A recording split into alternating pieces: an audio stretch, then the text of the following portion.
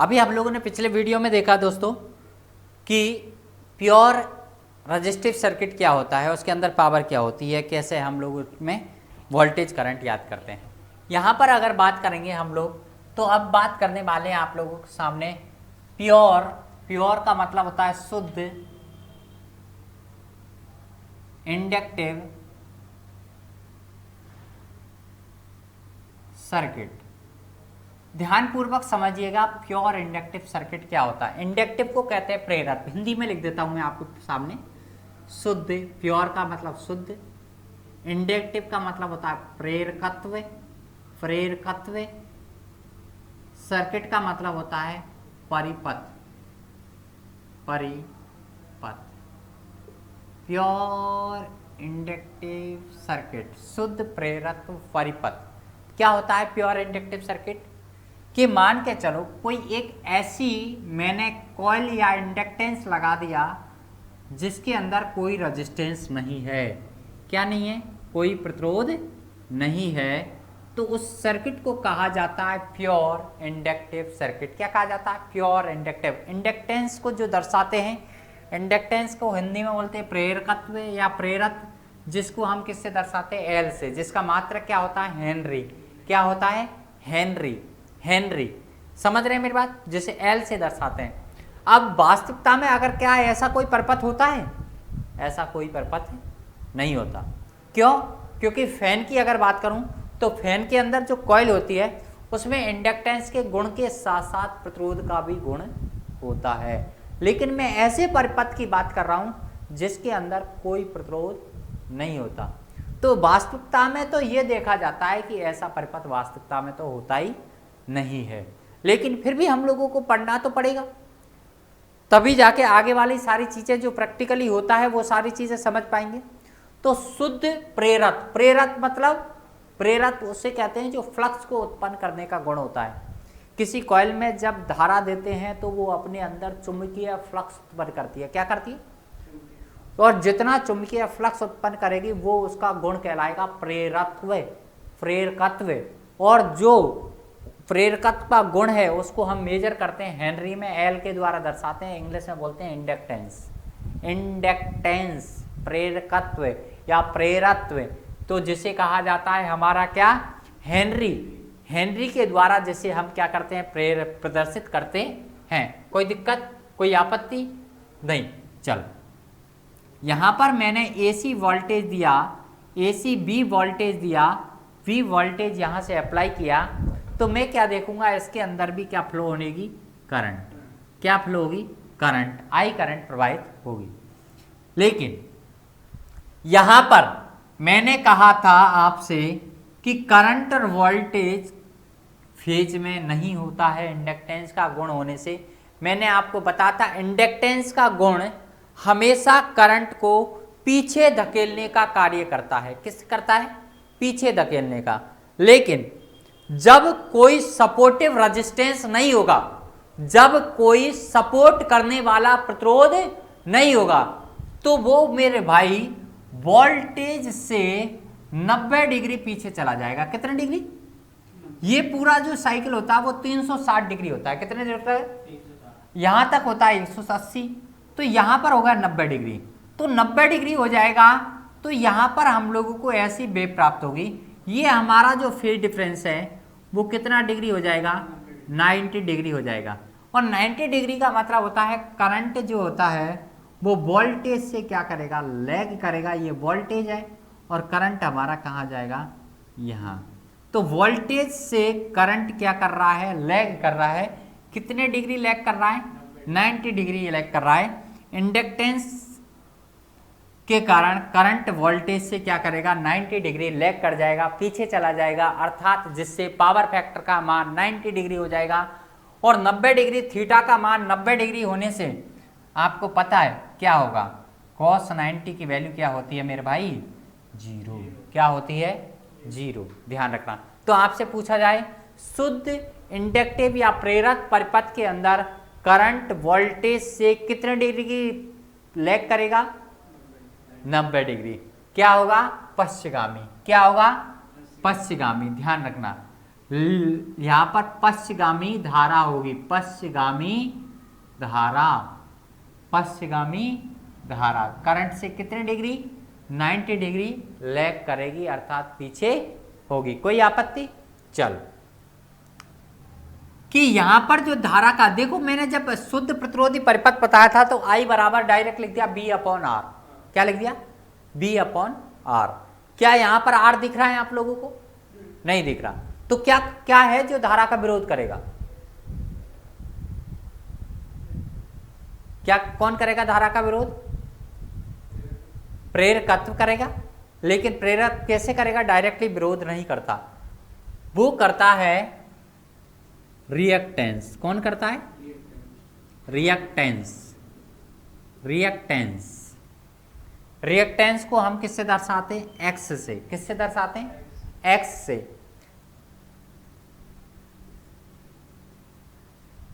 और कौन सा होगा?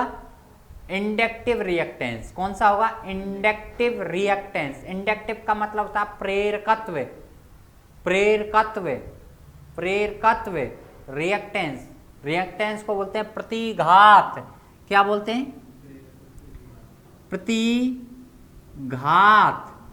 हिंदी में बोला जाता है प्रतिघात। अब ये रिएक्टेंस जो होगा वो इंडक्टिव होगा। कैसा होगा? इंडक्टिव होगा। तो इंडक्टिव को बोलते हैं प्रेरकत्व।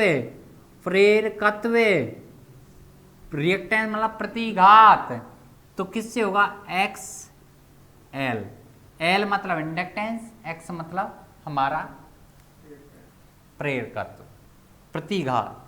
प्रेरकत्व, प्रतिघात। ये जो होता है ना एक्सएल, एक्स भी कह सकते हो आप लोग, लेकिन इंडक्टेंस से उत्पन्न होने वाला एक्स है। ध्यान रखना, ये कैपेसिटर से भी होता है, जिसे एक्ससी कहते हैं। तो एक्स एल जो होगा वो कैसे निकालेंगे? 2 पाई एफ एल। कितना होगा? इंडक्टिव रिएक्टेंस का मान कितना होगा? 2 पाई एफ एल। इंडक्टिव रिएक्टेंस का मान कितना होगा मेरे भाई? 2 पाई एफ एल। पाई का वैल्यू पता है? 3.14। फ्रिक्वेंसी मतलब एफ मतलब आवृत्ति, एल मतलब इंडक्टेंस, जिसे हेनरी में मेजर करते हैं। किस में मापते हैं? हेनरी में मापते हैं। तो ये होगा प्रेरकत्व प्रतिघात, एक्सएल बराबर 2 पाई एफ एल। 2 पाई एफ एल, ध्यान रखना। अब देखो, बी वोल्टेज यहां से है, यहां से एसी वोल्टेज दिया है, यहां पर धारा का विरोध कौन कर रहा है? एक्सएल। कौन विरोध कर रहा है? एक्सएल। यहां पर क्या कर रहा है? धारा का विरोध कर रहा है। अब ये वैसे ही कार्य कर रहा है जैसे प्रतिरोध कार्य कर रहा था। प्रतिरोध भी धारा का विरोध कर रहा था। तो यहां पर धारा याद करना चाहूंगा मैं, तो धारा आई बराबर क्या होगा? B upon are. आर की जगह क्या लिखूंगा? क्या लिखूंगा? एक्सएल। एक्सएल। तो आई बराबर बी अपॉन एक्सएल की जगह क्या लिख सकता हूं मैं? 2 पाई एफ एल भी लिख सकता हूं। 2 पाई एफ एल भी लिख सकता हूं। मैं आपसे बढ़ाऊंगा, मैं आपसे डायरेक्ट क्वेश्चन पूछूंगा, अगर इंडक्टेंस का मान बढ़ाया जाए, यदि इंडक्टेंस का मान बढ़ाया जाए तो धारा के मान पर क्या प्रभाव पड़ेगा? धारा का एल बढ़ेगा तो धारा का मान क्या होगा? घटेगा। फ्रिक्वेंसी बढ़ाई जाए तो धारा का मान क्या होगा? किस परिपथ में? इंडक्टिव परिपथ में। किस परिपथ में? इंडक्टिव परिपथ में फ्रिक्वेंसी बढ़ाएंगे तो धारा का मान, इंडक्टेंस बढ़ाएंगे तो धारा का मान क्यों घटेगा? क्योंकि इंडक्टिव रिएक्टेंस बढ़ेगा, और इंडक्टिव रिएक्टेंस बढ़ेगा तो धारा का मान भी घटेगा। कोई आपत्ति यहाँ पर? समझ में? इसी तरह के क्वेश्चंस आप लोगों के सामने पूछे जाते हैं, जहाँ पर स्टूडेंट जब फॉर्मूले पूरी तरह से पता नहीं होते तो वो कंफ्यूज्ड हो जाता है। समझ रहे हैं मेरी बात? यहाँ पर अगर बात करेंगे हम लोग वोल्टेज की, तो B बराबर होता है I इंटू एक्सएल। क्या होता है? I into XL. या B बराबर I इंटू एक्सएल की वैल्यू होती है 2 पाई एफ एल। क्या होती है? 2 पाई एफ एल। पावर की बात करूंगा तो पावर बराबर हो गया V इंटू आई इंटू कॉस 90। और कॉस 90 की वैल्यू मेरे कितने दोस्त है? 2 है। तो P बराबर V इंटू आई cos 90 की वैल्यू कितनी है 0, तो पावर की वैल्यू कितनी है 0, अर्थात पावर कितनी होगी 0 वाट, कोई पावर इसके अंदर होगी नहीं। तो आपसे पूछा जाएगा प्योर इंडक्टिव सर्किट के अंदर पावर का मान क्या होगा, तो आप क्या लिखोगे 0। क्यों? क्योंकि करंट और वोल्टेज के बीच में क्या होता है 90 डिग्री का फेज अंतर। तो प्योर इंडक्टिव सर्किट के अंदर कोई पावर नहीं होती, ध्यान रखना। करंट वोल्टेज से 90 डिग्री, करंट वोल्टेज से 90 डिग्री पीछे होता है। 90 डिग्री क्या होता है पीछे होता है। कोई दिक्कत समझ में आया? अब इसके कुछ क्वेश्चंस भी हम लोग देख लेते हैं कि कैसे इस सारी चीज़ों को समझेंगे, किस किस तरह के क्वेश्चंस इसके अंदर से पूछे जा सकते हैं। ध्यान रखना, मैंने आप लोगों से कहा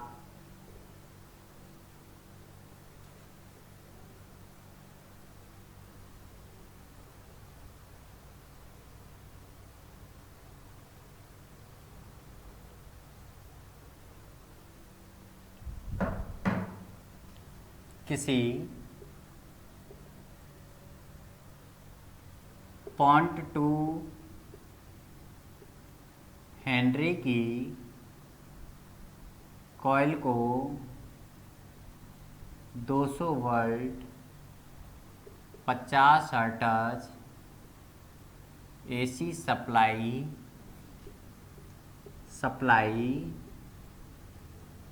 दी गई है, तो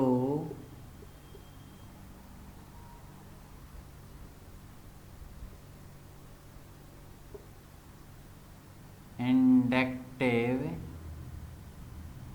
रिएक्टेंस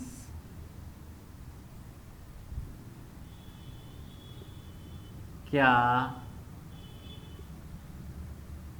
होगा। XL बराबर 2 पाई FL होगा या नहीं होगा। 2 पाई की वैल्यू 3.14, फ्रिक्वेंसी 50 हर्ट्ज इंटू 0.2 होगा या नहीं होगा। तो यहाँ पर 6.28 इंटू इसको मल्टीप्लाई करूँगा तो 10, तो 62.8 क्या ओम, क्या होगा 62.8 ओम आएगा नहीं आएगा। ध्यान रखना, इंडक्टेंस का मात्रक क्या होता है, सॉरी रिएक्टेंस का मात्रक क्या होता है ओम, क्या होता है ओम।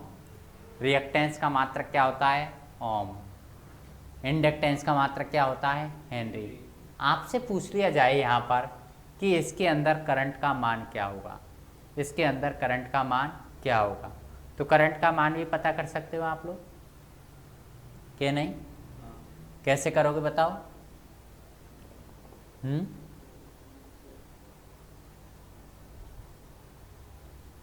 क्या बताया था अभी फॉर्मूला मैंने।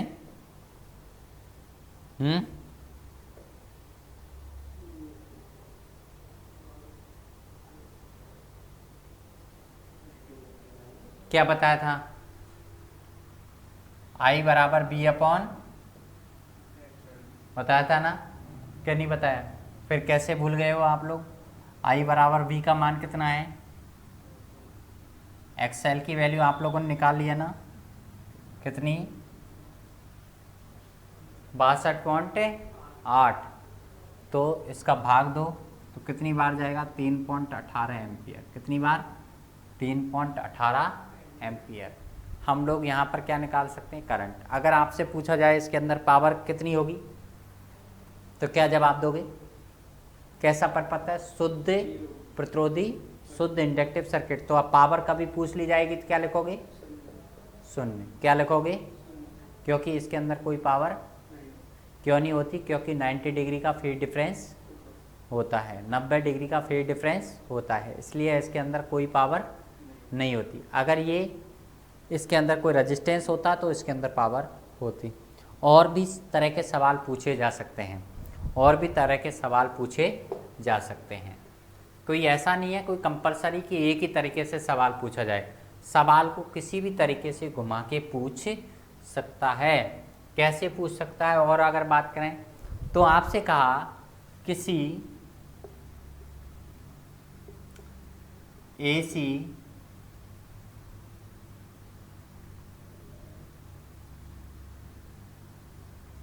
इंडक्टिव सर्किट में कॉइल में 100 वोल्ट 50 हर्ट्ज सप्लाई देने पर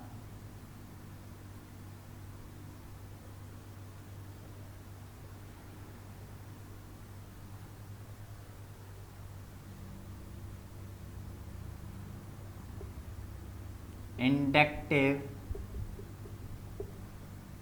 रिएक्टेंस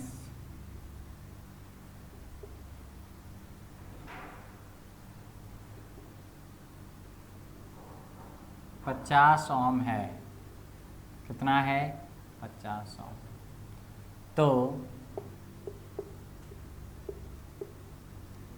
कॉइल का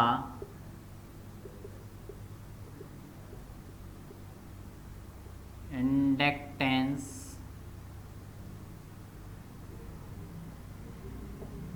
ज्ञात करो। कॉइल का इंडक्टेंस ज्ञात करो। कॉइल का इंडक्टेंस कितना होगा? कैसे करोगे बताओ? आपको पता है एक्सएल बराबर क्या था? 2 पाई एफ एल।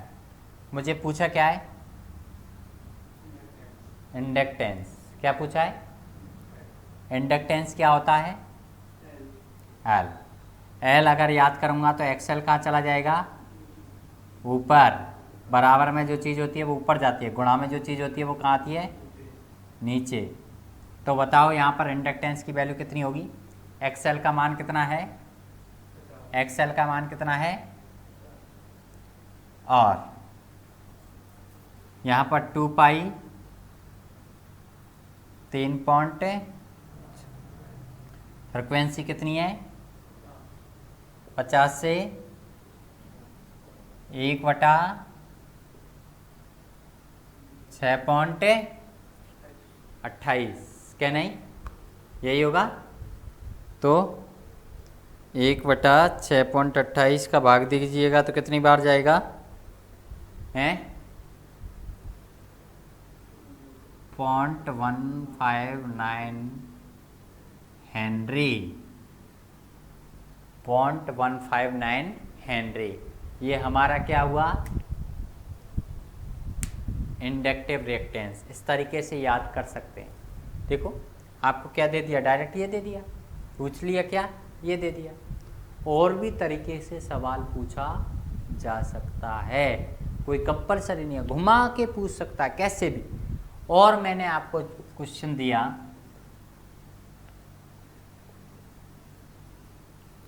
सवाल को किसी भी तरीके से घुमा सकता है। देखो कैसे आ सकता है? किसी कॉइल में 200 वोल्ट 50 हर्ट्ज सप्लाई देने पर कॉइल में प्रवाहित धारा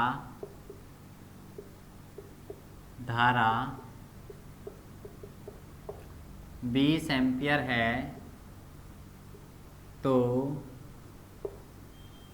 कॉइल का इंडक्टेंस क्या होगा? क्या होगा? देखो मैंने क्या दिया है? 200 वोल्ट वोल्टेज दिया है। कितना? और क्या दिया है? प्रवाहित करंट कितना दिया है? फ्रिक्वेंसी कितनी दी है? क्या? हर्ट्ज। मैंने पूछा क्या है? इंडक्टेंस। तो एक्सएल बराबर होता है 2 पाई एफ एल। मुझे ये पूछा है, मुझे ये भी चाहिए, ये भी चाहिए। चलो फ्रिक्वेंसी है, पाई की वैल्यू पता है, 2 की वैल्यू, लेकिन एक्सएल की वैल्यू पता नहीं है ना? नहीं है ना? कि है? नहीं है। तो मैंने आपको शायद याद हो तो आई बराबर बी अपॉन एक्सएल बताया था क्या?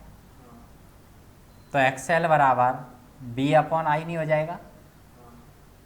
तो XL याद कर लो ना, वोल्टेज कितना है, I कितनी है, 20 से काटा तो 10 ओम आ गया ना।